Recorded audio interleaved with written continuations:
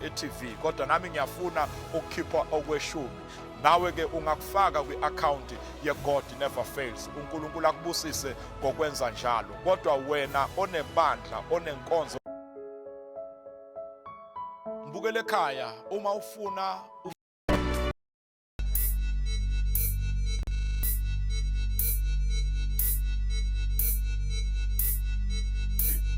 10, 9, 8, 7, 6, 5, 4, 3, 2, 1, 0. Welcome to Live to Lead with your host, Dr. John Tibane. This is a new slot on God Never Fails television. We're broadcasting live from our Johannesburg studios of God Never Fails television, with compliments and support from Dr. N. Dean Klapo, who is the visionary and the founder of God Never Fails Ministries. I'm so excited today to be with you, especially in this particular session. 40 seconds. Like I said, it's a very new one. So this is our inaugural session where we are launching this slot called 30 seconds. Live to Lead. Live to Lead. And the reason for this particular slot, it's really to assist you and me to live our lives such that we live lives of influence and impact. That is why we call it Live to Lead, which means that the reason why you are still alive, the reason why you have been given a chance to be on this earth is so that you can influence the world, is so that you can impact the world. That is why we call it Live to Lead. It will be happening every Thursday this time, 3 o'clock every Thursday afternoon. We will be honored to be sharing some thoughts with you. And the thoughts are really designed to help you to live your life such that you lead. And by that we mean you live your life such that you influence the world and impact the world. Now, it may be surprising for you to understand or to learn that this program is for everybody. Yes, it is for everybody, because for us, to lead has nothing to do with a position. It has nothing to do with a title. But to lead, it has something to do with you being your best in your area of influence. I am fully persuaded that all of us were born to become leaders. Literally, everybody can become a leader. Often when I say to people, all of us were born to become leaders, people ask the question, but if all of us were born to become leaders, then who will be the followers? Obviously, this is a wrong question to ask, because when you ask such a question, you are implying that leaders cannot follow other leaders. I say that all of us can become leaders. A cleaner can become a leader. A driver can become a leader. A clerk can become a leader. A mother in the house can become a leader. Why? In our context, to be a leader, it means to be your best in your area of influence. So here's an example. If a cleaner becomes their best in their area of influence, and the cleaner cleans the floors and they shine beautifully, And the CEO, imagine the CEO comes in and the CEO finds the floors shining so beautifully, and the CEO says to the cleaner, "Cleaner, how did you make the floors to shine so beautifully?" The cleaner then says to the leader or to the CEO, "CEO, please take a chair. Let me give you a 15 minutes lecture on how to clean the floors." What is happening here is that the cleaner is being a leader when it comes to cleaning, because the cleaner is their best in the area of cleaning.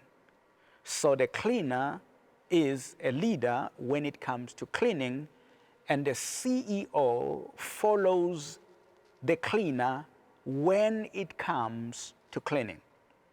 It is for this reason, therefore, that I say all of us can become leaders. This therefore means that whoever you are, wherever you are, this program, Live to Lead, is your program. Because if you become your best in your area of influence, all of us have no choice but to follow you when it comes to your area of influence. The key, therefore, is about discovering your area of influence and become your best in your area of influence. If you look at me right now, there's a lot of things I don't know, and I'm a mediocre in many areas. And in those areas where I am not my best, I need to follow those who are their best in those areas. Now, when it comes to what I'm doing now, I need to make sure that I become my best in this area of influence, which belongs to me in my assignment.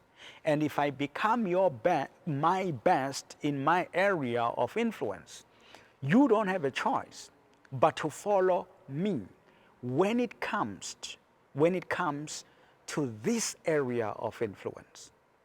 So I want, therefore, to welcome you to be part of this slot every Thursday at 3 o'clock, where we will be talking on various subjects, but all of them are designed to contribute to this segment of GNF TV called Live to Lead. So for today, we are going to speak briefly on the Leader's Manifesto. The Leader's Manifesto. And now we're going to put that slide so you can see the Leader's Manifesto. That's what we're going to be talking about today, which is the very first episode of Live to Lead. We call it the Leader's Manifesto. I'm going to read from the book of Romans chapter 1, reading verse 14 to 16. 3 verses there where Apostle Paul writes a letter to the church that was based in Rome. And by the way, the book called the Romans, it's really not a letter that was written to the Romans per se, but rather it was written to the Christians who were at Rome. Some of them came from Corinth, some of them came from Ephesus. These were converts of Apostle Paul and the converts of Saint Peter. But they had flocked to Rome because at that time, Rome was the powerhouse. It was a commercial center. So many countries, or rather people from various countries, they would flock to Rome for economic opportunities, etc. Just like in Southern Africa, where you may find people from Mozambique, from Swaziland, from Zimbabwe, Malawi, flocking to South Africa because it is a powerhouse in this region. So even Rome at that particular time, it was a powerhouse. And many Christians or many people would flock to Rome for economic opportunities. Now, some of the people who went there were actually people who were converts of Paul and Peter. and they went there for all kinds of opportunities. And a church emerged in Rome, which was therefore a very diverse church because they came from different places, including some Roman people in that area. It became a diverse congregation of people. Now, Paul writes a letter to them. And imagine, Paul has never been to Rome, but he's writing this letter. In fact, in the beginning of Romans chapter 1, Paul says, I long to come to you to impart a spiritual gift so that you may be established. Now, he's sending this letter to them, and that is why the whole book of Romans is really a manifesto that Paul is sending to the people in Rome, and you'll understand why I call this a manifesto. Now, he says, I am longing to see you so I can impart a spiritual gift to you so that you can be established. Now, we catch Paul in verse 14, 15, and 16 saying the following words. In verse 14, he says, I am debtor to the Greeks and to the barbarians, both to the wise and to the unwise. Verse 15, so as much as is in me, I am ready to preach the gospel to you who are in Rome also. And verse 16 says, for I am not ashamed of the gospel of Christ, for it is power unto salvation to them that believe. So 3 verses, and what is interesting here is that you'll immediately see that in verse 14, 15, and 16, there is a common phrase there. And that common phrase is, I am, I am, I am. In verse 14, I am debtor. In verse 15, I am ready. In verse 16, it says, I am not ashamed. I want you to watch that, because then it leads us now to what I would regard as a definition of a manifesto. So what is a manifesto? We are talking about the leader's manifesto today. What is a manifesto? A manifesto is a public declaration of one's intention to serve or to lead. You need to understand the definition very carefully. A manifesto is a public declaration, and may I add, a personal public declaration. It is a public declaration of one's intention to serve or to lead. Everybody who wants to serve or who wants to lead must have a manifesto. There's got to be a declaration of your intention to serve or to lead. In political spheres, when people are campaigning for elections, they would have a manifesto. In other words, they would say why you should vote for me. It is a declaration that you are making to people why people should vote for you. But in essence, a manifesto, it's really about you declaring your intention, your desire, your determination to serve people or to lead people. In other words, why should people in the first place follow you? So it's almost like even today, we are making a public declaration of our intention to empower you to live your life such that you are able to lead, to live your life such that it is a life of influence and impact. Now, when we come back to the issue of Paul, I told you that earlier in the chapter, Romans chapter 1, Paul says, I long to come to you so I can impart a spiritual gift so that you can be established. Now, he's writing this letter to his own converts. Why do I call it a manifesto? It's because these converts of his, even though they were already his followers, But now they have gone to Rome. And in Rome, it's a different environment. They have been adulterated by many influences. Rome itself, as a powerhouse, it is a mother of law. And that is why today, when you study law, you still are influenced by Latin, which is a language spoken in Rome. Because everything we know about law on earth, it actually started from Rome. Whether it is commercial law, whether it is family law, whether it is property law, or whatever kind of law, it actually originated in Rome.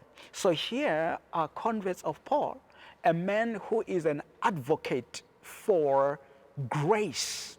And he keeps saying we are saved by grace and we should live by faith. These converts of his who learned all these things about grace now find themselves in Rome, where law is more pronounced than anything else. Obviously, Paul begins to sense that these people are now adulterated. They are now influenced by other cultures. And I'm longing to go to be with them. Now, before I can go to them, I rather send a manifesto. I rather make a declaration that I intend to lead them. Why do that? It's because they are different people. They have been altogether influenced in a different way. So he needs still to declare to them that even though you are in Rome and now you believe other things, I still give myself to you as your leader. I know where you are now, you are following other leaders, but here is my manifesto. Here is the reason why you should still follow me. So it's like if, for example, Paul or you were in Zimbabwe or Malawi, and you were preaching the gospel and people believe in you, they follow you and all that. And all of a sudden, because of the crisis in Zimbabwe or Malawi, your people begin to flock to South Africa for economic reasons. And they find themselves in Hillbrow, in Johannesburg, where they are now mixing with all kinds of people. Maybe in that village in Malawi or Zimbabwe where you taught them certain things, to kneel down, to bow down, as a sign of respect. That's what they knew. But now they find themselves in Hillbrow, where the issue of kneeling down is not an issue anymore. And maybe where they come from, they are not even used to going to a church where the pastor is a gay, putting on an earring or whatever. But in Hillbrow, apparently, this is cool. You can be a gay pastor, you can be whatever. So there's an influence now that is coming to these people, and they begin to be open-minded, and they begin to be welcoming and to be accommodating all kinds of influences. They are a different people. If you now, and you have never been to South Africa, but you want to come, what you would do, you then write a letter to them to say, I'm aware that you've got all kinds of influences which may be different from what I was teaching you, but I want to declare to you now that I am still your leader, and this is the reason why. Now, we now go back to the issue of Paul, verse 14, 15, and 16, where now it is really the central theme of the whole book of the Romans, and he writes this letter. Now in verse 14 it says, I am debtor. Now I want to show you the three components of a manifesto. And as I share these few things, three of them, I would like you at the back of your mind begin to think about your own manifesto. And think about, as we get to the new normal after this pandemic crisis, in the new normal, will you still be a leader? Whether you're running a business, whether it's a church or whatever it is, what kind of manifesto are you giving to people? So Paul says, I am debtor. That's the first component. I am debtor. To the Greeks, and to the barbarians, both to the wise and to the unwise. Let's stay with that. And I say this is a statement of targeted purpose. Let's stay with this thought. I am debtor. A statement of targeted purpose. In your manifesto, there's got to be a statement of targeted purpose. And by the way, when it comes to manifesto, you must first declare it to yourself before you declare it to others. Now, why does Paul use the word I am debtor? Obviously, a statement of purpose signifies the fact that you owe the world something. This is very critical. You owe the world something. But more specifically, who in the world do you owe? Paul is very specific. I am debtor to the Greeks and the barbarians. Now that phrase there, it means to the Gentiles. So when we talk about Greeks and barbarians, we're talking about Gentiles in the Bible as opposed to the Jews. Now this is very important for you to understand your target market. You were not born for everybody. No matter how powerful you may be, you were not born for everybody. You were not born to lead everybody. Of course, you can influence people, in a very large spectrum. I understand that. But you were born specifically for certain people. And that is why you need to understand that not everybody is going to follow you, and that should not worry you. Because you need to be followed by people you were born to lead. Now, Paul is specific. I am debtor to the Greeks and the barbarians, whether they are wise or unwise, as long as they are Gentiles, I am born for those. Now, this is critical to understand, because at one stage we know that Paul and Peter actually fought until Barnabas came to solve the problem. Because at one stage when Paul was a little younger, he thought that because he was more educated, he was supposed to lead the Jews. And because Peter was just a fisherman, he was supposed to be the one that leads the Gentiles.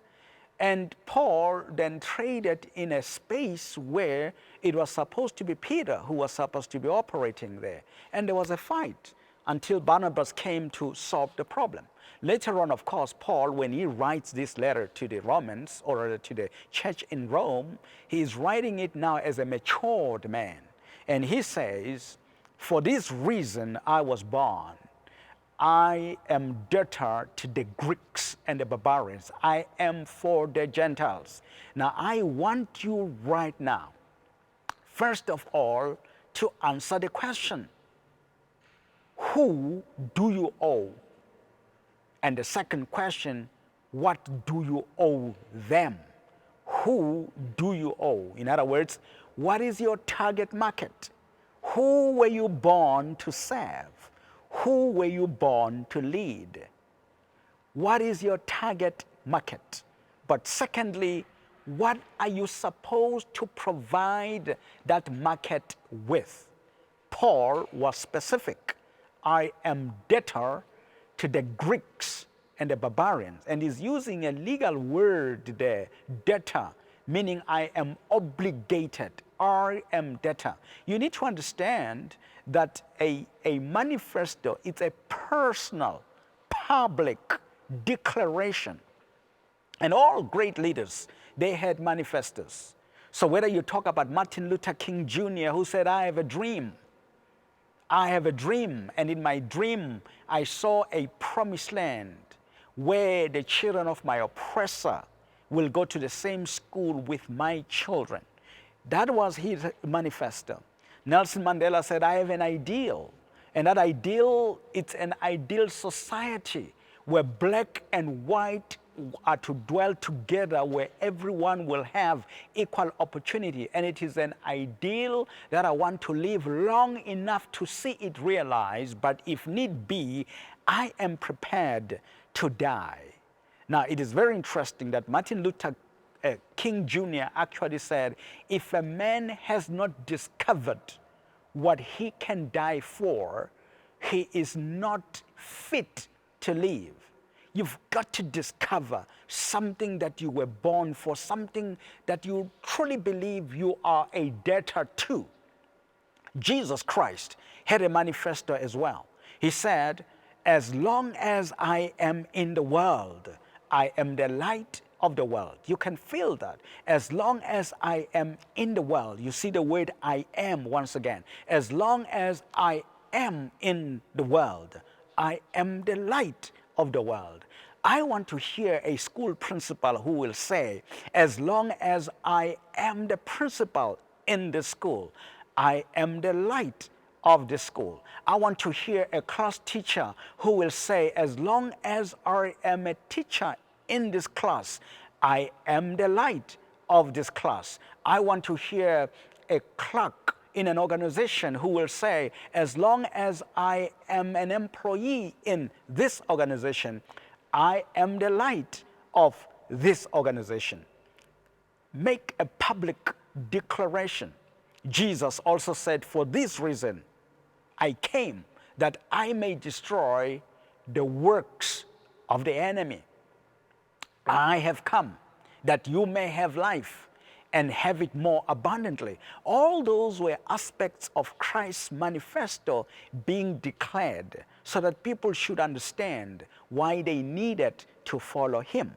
Now, Paul, which we are now using it as a model of a manifesto, and I call this the Pauline manifesto. The three components, the first one is I am debtor. Now you need to find a way of you pronouncing that phrase, I am debtor. I am debtor to who? And what do you owe them? Now it is very important for you to understand the phenomenon of owing. Why? Because you see, when God calls you and he shows you your targeted purpose, which I really call your life's assignment. Watch this. At the time of calling, you may not be fit for purpose. Yes, at the time of calling, you may not be fit to fulfill the purpose for which God has called you. So if, for example, God calls you and say, my son or my daughter, I have called you to be an evangelist. I have called you to be an apostle. I have called you to be the teacher of the word. Or I've called you to be a medical doctor. Or I've called you to become whatever. That which you are called to do at the time of calling, you may not be qualified to do that. But you receive the call. And at that time, you then say, I am debtor. I owe the world. My call came when I was in medical practice, practicing in a surgery in Mamelodi. And I felt it in my third year of medical practice within myself that, man, I am really called to be a source of inspiration and insight to South Africans and many more people beyond the country. I felt that call on the inside. But I was on my third year of medical practice. And at medical school, they never taught me about inspiration, about insight, about leadership, about customer care, about all kinds of things. They taught me about medicine, about coughing, vomiting, and diarrhea, and diseases, and drugs, etc., etc. But here is a call on my third year of practice in my surgery. I feel it on the inside. I am in the wrong place here. I belong out there to inspire people, to give people insight on issues of how they can lead their lives and lead their organizations effectively. That's the call that comes to me. And guess what? At that particular time, I know nothing about leadership. I know nothing about customer care. I know nothing about productivity. The words I know are hemoglobin, high blood pressure, hypertension, and all kinds of medical terminology. And yet what I'm called to do is to be talking to people in corporate South Africa, where I must talk about productivity, about performance, about key performance indicators. At that time, I know nothing about that. So when the call came to me, I then said to myself, I owe the world.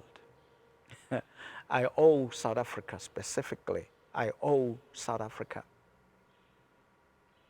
I owe them wisdom on leadership. I owe them wisdom on human and organizational development. Why did I say I owe them? Because I don't have it. I can't give them that. I can't give them that. But I acknowledge that that's what I'm called to do. So I am debtor. So it's almost like if you really discover that you were born to give the world oranges. But at the time when you discover that, you are nothing but just a seed of an orange tree. But basically God is saying, locked in you, it's oranges. But at the time of calling, you are just a seed. At the time of the calling, you don't have oranges that you can give to the world. But if you acknowledge the calling, then you say, I, the orange seed, I owe the world oranges. I am debtor. Now the second component of the manifesto, it's in verse 15, and let's read that. In verse 15, Paul says, I am ready. So as much as is in me, I am ready. I hope they can put that on the screen so you can see that. I am ready. Verse 14 says, I am debtor, I owe. Verse 15 says, so as much as is in me, I am ready to preach the gospel to you who are in Rome also. I am ready. Now this is a statement of preparedness. The first one, I am debtor, it's a statement of targeted purpose, the purpose for which you were born. But you owe people, because even though you are born to do that, you are not ready yet. But verse 15 says, I am ready. Now you can see there's a long distance between verse 14 and verse 15. And that distance is called preparation. I am ready. So this means that Paul needed to do something between verse 14 and verse 15, something so huge, and that is called preparation. So when it comes to me, I had the call when I was practicing medicine in my third year. My son, I need you to inspire the world and to inform the world and enlighten the world about leadership. And I know nothing about that. I acknowledge the call, then I say, I am debtor, I owe the world, I owe South Africa, I owe the continent wisdom on leadership.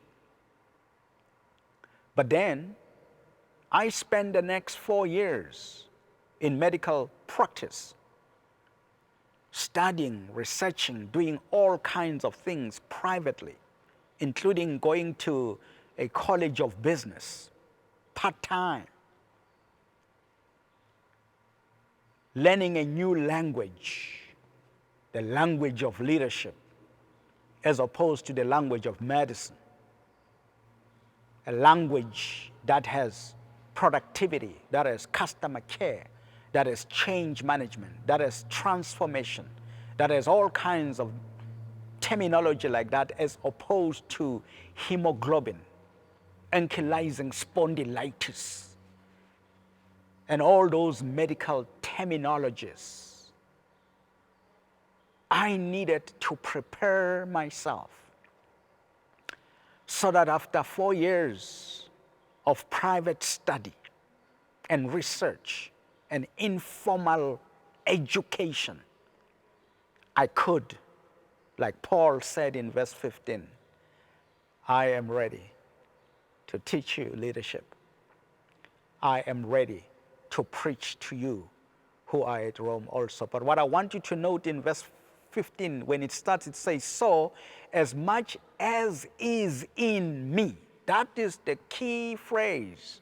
As much as is in me, which means that the things that God wants you to give to the world at the time of your calling, even though they are not there, but they are there in seed form. As much as is in me, I am ready. In other words, I have now become ready in developing that which God had put on my inside. So the example of a person who discovers he was born to give the world oranges, but he discovered that when he was a seed. It means that part of the preparation is that this seed needs to be planted and actually die to self, and then germinate, and then become an orange tree, and then go to a stage where it now produces oranges. Then it is at that time, when the oranges are ripe, where the orange tree can now say, I am ready to give you oranges. But it was first a debtor. It first owed the world oranges. But something needed to happen. It's called preparation. This is a very important thing to you. You discover your area of influence. You are a debtor because you don't have what it takes for you to deliver. But as much as is in you, meaning God has put a seed inside you. And that is why each time you are confronted with a certain situation in the world, it makes you to cry. It touches you so badly. Why? It's because you know you were born for it, but you're crying because you can't solve it. It is a seed on your inside that is crying to say, you were born to solve this. You were born to solve this. You were born to solve it. That is why we need to be very specific about our targeted markets, because we were not born to solve all the problems. You were born to solve a particular problem on earth. So it is that there are people who, when they meet elderly people who are struggling, it touches them so badly to a point that they cry. But there are other people who may see these elderly people struggling. It may touch them, but they don't cry. But these people, when they meet children who are struggling, it touches them so much that they cry. The reason is the environment or the situation that touches you so deep to a point that you actually cry. It is an indication that it is the very people you were born to influence, the very people you were born to make an impact to. It's an indication. But you are crying because you are not fit for purpose yet. You are called for it, but you are not fit for it. Then at that time you realize you owe these people. But then it means that God has put a seed of a solution to the problem. He has not put the solution. He has put the seed of the solution to that problem. That is why whenever you confront that problem, you are touched so deeply. When that happens, you must now go and work on you until you reach a stage where you will say, I am ready. Now, in my case, like I said, when this thing came to me, when I was in my 3rd year of medical practice, I spent the following 4 years doing all kinds of things. We don't have time to explain all the things that I did, but I did lots of studying. I even opened a temporary Saturday school in my practice, at the back of my practice, where I was teaching people certain things as a way of practicing. When I left medical practice, before I started Tibane Consulting, which is now Tibane Group, I spent 2 years working with the ICANN Foundation as part of receiving mentorship. Because mentorship and coaching and monitoring and all kinds of things, they are part of you being prepared.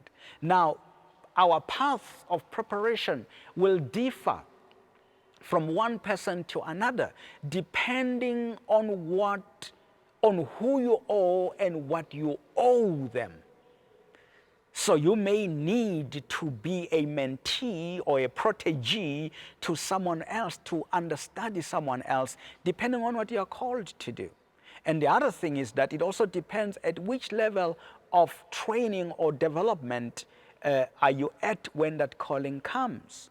Because when the calling for you comes that you are to give the world oranges, you may be a seed, but someone else, the calling may come at a time when the person is already a tree. It's an orange tree.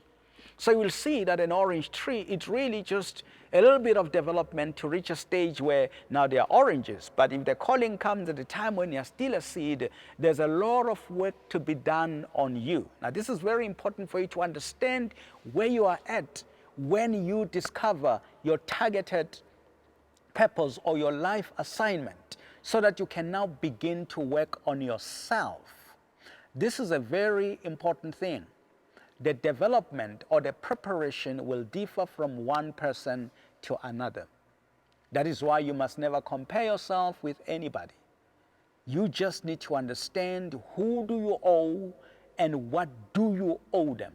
And it is important to understand the targeted purpose, because the audience or the receiver or the recipient of your services or of your influence also determines what kind of training you must go through. So in our area as speakers and consultants, we may not follow the same pattern or the same process of preparation, because our targeted end users of whatever we are providing may differ from one person to another. If we are called to focus more on young people, your preparation may be different from someone like me who is called to focus more on company executives and corporate, or rather captains of industries, etc., because there's an element of me being formal, element of me using slides, element of using me case studies, research material, etc., because you don't just stand there in front of executives and say, hey, believe in yourself, you can make it. I mean, those people, they believe in themselves more than you do. That's why they are running these successful companies. So when you go to them, you better be having wisdom to empower them, to make a shift from where they are to where they are supposed to be. So for example, you may be called to give people oranges, but someone else, it's really not oranges that is called to give them. He's called to give them orange juice. So his training must include turning oranges into orange juice. Whilst you are called just to provide the world with oranges, so your training may just go as far as just being a farmer who farms in oranges. And someone else, is not just orange juice, it's got to be vitamin C that comes from the oranges. So then he may be trained in technologies of turning the juice itself into maybe a tablet or into a powder or some kind of liquid that is going to be given to people who can chew the orange, because maybe they are fragile or they are terminally ill, but they need the vitamin C. So technologies of how to turn the orange into a powder or into a tablet that contains the vitamin C, it's the kind of preparation that may be required for someone else, but not necessarily for you. because you're different. I am ready. I am ready. That's a second component. I am ready. So you need to reach a stage where you say, I am ready. It is a statement of preparedness. But what I like with the last portion of verse 15, it says, I am ready to preach the gospel to you who are in Rome also. I like the word also. That word also is so powerful because it means that you have a target market and an also market. In other words, God always gives you pancela. He gives you a bonus. In other words, it's a highest level of preparedness.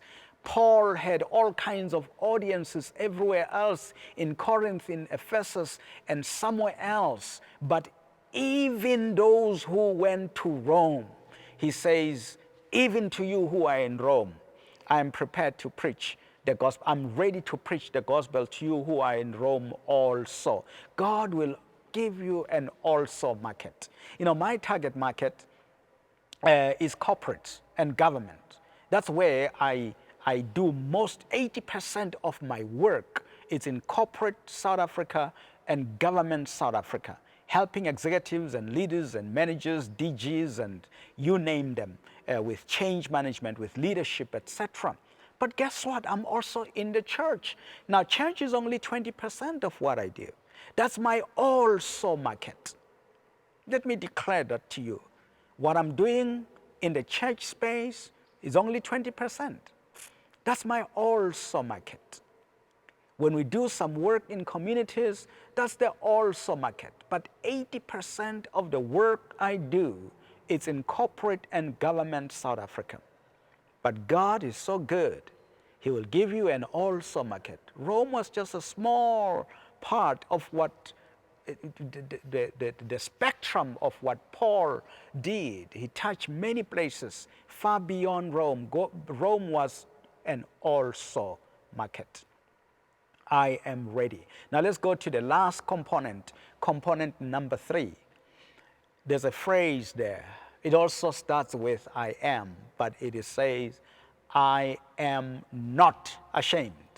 I am not ashamed. That is a statement of passion and a statement of performance. I am not ashamed of my product. I am not ashamed of my calling. I am not ashamed of the gospel of Jesus Christ. Now, Paul said that because as far as Paul is concerned, that was the product he was selling. That was a product he was selling. I am not ashamed of my product. And what is Paul's product? The gospel of Jesus Christ. Why? It is the power unto salvation to them that believe. When I preach and they believe it, it is power unto salvation to them that believe. In your manifesto, you need to have a statement of targeted purpose, debtor. You need to have a statement of preparedness. I am ready. Why? You have gone through training. You have gone through study, self-study. You have gone to university. You have gone wherever. It doesn't have to be university. Like I said, it can be any form of preparation because it depends on who you are and what you owe them. If it requires a Bible seminary, you better go there. If it requires that you go to university, you better go there. If it requires that you become a mentee and understudy someone else, you better do that. But the third part, you need to have a statement of passion. You are so passionate about this thing that you can actually stand up and say, I am not ashamed. Yes, I am not ashamed. But it is also a statement of performance, not just passion, but performance, meaning I'm actually doing this thing. Now, what is passion? Passion is falling in love with your purpose. That's basically what passion is, falling in love with your purpose. Because you see, you may have a clear sense of purpose, but you are ashamed of it. So when it comes to me, here am I, third year, medical practice, it is clear to me I'm in a wrong place. I need to be out there inspiring people, enlightening people on issues of leadership. But I realize I know very little about leadership. So I owe the world leadership. Then I need to prepare myself. So I did what I had to do so that I get to a stage where I say, I am ready. But you see, it is possible for you to be ready, but still be ashamed. So it could have happened with me, discovering that I was born to enlighten people on issues of leadership. I am debtor.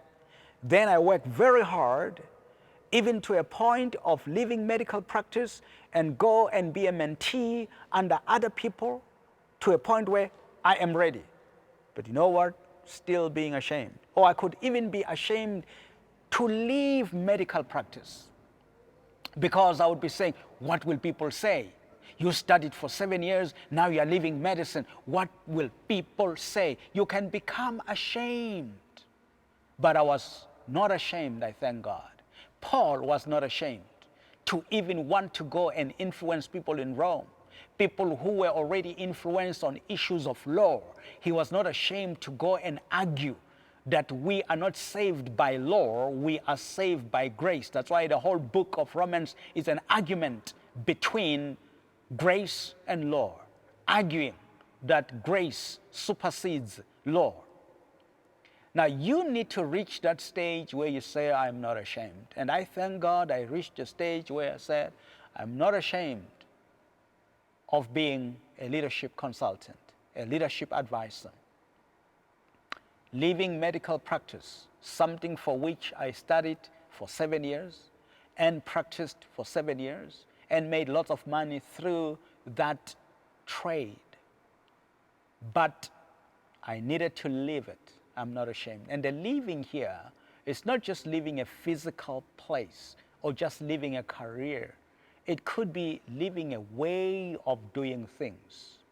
And there are people who have learned new ways of doing things, but they are ashamed to leave the old ways of doing things. Because what will people say? You've been doing things this way for many years. There are many people who were even following you in that way of doing things. But you see, you have just discovered that you owe the world something else. You need to have a statement of passion and performance where you say, I am not ashamed of this new thing that I'm selling.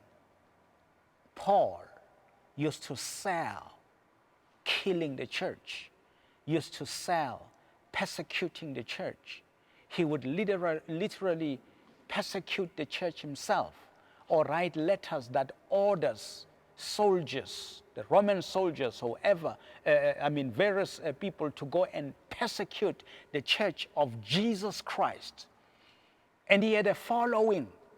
There are people that he was managing to do that. And the Damascus experience happened where he transformed and he discovered his proper calling. Now he says, I'm not ashamed of this calling. Now I'm talking to you right now. You can only be a leader in your area of influence. You can only be a leader in your purpose if you become your best in your area of influence. Maybe you are in someone's area of influence. You are fiddling with other people's areas of influence. But now God has shown you your proper area of influence. You wonder why you are not excelling in that area. It's because that's not what you were born to do. But you were born to do this. Now that you have discovered it, I say to you, if you are not yet fit for purpose, well, you are a debtor, it's okay. But then work on yourself until you reach a stage where you say, I am ready. But what I'm saying now, once you are ready, you need to reach another stage where you say, I am not ashamed. Because you can be ready, but you are still ashamed. You are still ashamed to preach this. You are still ashamed to sell this new thing. I used to sell penicillin. I used to inject people with penicillin. And I became good at it. And I had lots of followers in that area. Even today, there are people who still call me and say, I'm struggling with that, but I'm no longer in that place. I discovered that I was not born to inject people with penicillin, but rather I was born to inject them with words of wisdom. But I could have become ashamed of wisdom. And I thank God I was not ashamed, and I'm not ashamed of the gospel of wisdom on leadership. And I pray that you too, you will discover your area of influence. If you are not yet fit for it, you are a debtor. It's okay. Be very specific about your target market. Who do you owe and what you owe them? Work on yourself until you are ready and have a statement of preparedness. And then beyond that, reach a stage where you say, I'm not ashamed. It's a statement of passion and practice and performance. So when you say, I am debtor, it's like saying, get on your marks and get set. When you say, I'm ready, it's like ready. And when you say, I'm not ashamed, it's like go. So imagine you're an athlete, you're about to run. And the referee says, get on your marks and get set. That is a statement of purpose. I am debtor. Ready. That's a statement of preparedness. I'm not ashamed. That means go. So imagine you got on your marks and you were set and you were ready. And when the referee says go and you do not go, you will be ready for a long time until you get tired of being ready. And there are people who are in this stage. They have been debtors and they are ready, but they are ashamed. They are not going. And they are tired of being ready. Some of you, you've been studying and researching, and you've been a mentee to that mentor, a mentee to another mentor, a protege to another mentor. You've been coached, you've been doing all kinds of things to be ready, and you've been ready for a long time. And God, the referee, has long said, go, but you have not started running because you are ashamed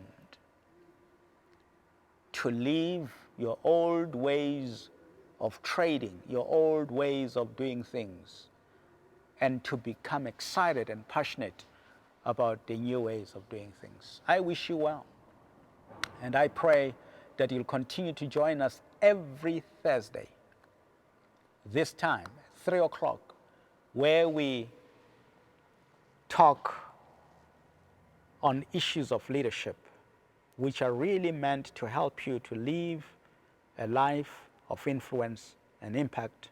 And that is why the slot is called Live to Lead. And today's episode, the very first episode, was about a leader's manifesto. I trust that you have learned enough. Please communicate with us and tell us how this is helping you. You can communicate with us through all channels of God Never Fails. We love you. We are praying for you, and we wish you well. And now let me pray for you. Father, in the name of Jesus, bless everyone who is aspiring to become a leader and who is aspiring to become an effective leader. And as they continue to watch this program, I pray that you will anoint my tongue, that I will impart words of wisdom that will help them to live lives of influence and impact. Until next time, live to lead. God bless you.